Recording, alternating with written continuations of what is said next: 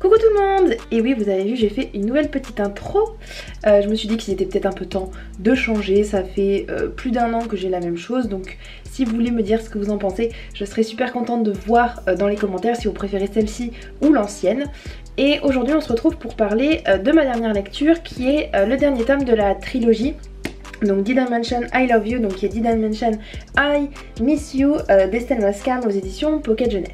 Dans cette série, on suit Eden qui est une jeune fille qui a 16 ans, qui va passer l'été chez son père qui a divorcé de sa mère et elle va rencontrer sa nouvelle famille, en tout cas sa nouvelle belle famille puisque son père s'est remarié ou en tout cas il va bientôt le faire avec une nouvelle femme et cette femme avait déjà 3 enfants avant dont Tyler qui est un garçon un petit peu rebelle, on va dire ça comme ça, qui sort beaucoup, qui boit, qui fume, enfin bref, qui est tatoué, bref la totale.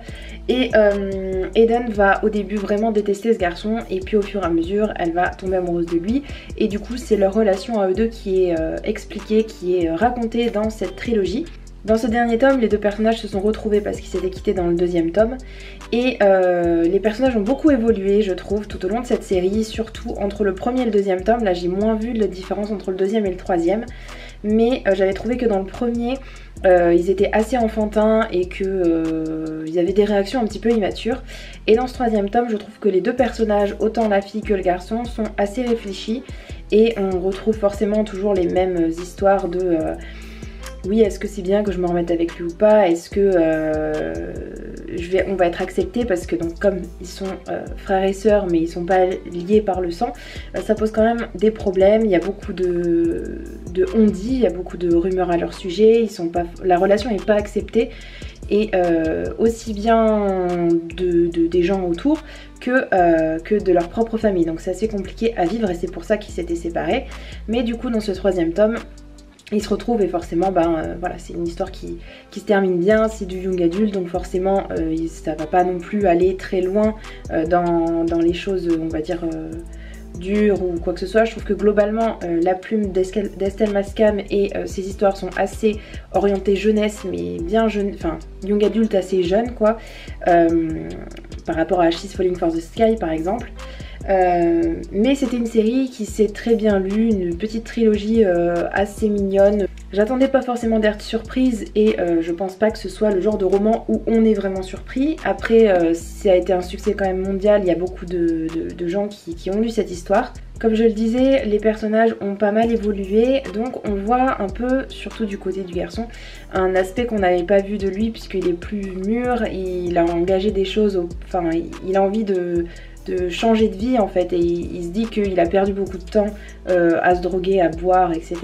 Et donc il a envie d'aider les jeunes et donc il va faire quelque chose pour ça. On a ce côté là et puis on a aussi pas mal le côté relation avec les parents et notamment avec Eden et son père qui est assez conflictuel, et son père qui est complètement contre l'idée que ses deux enfants, donc Tyler et Eden, soient ensemble.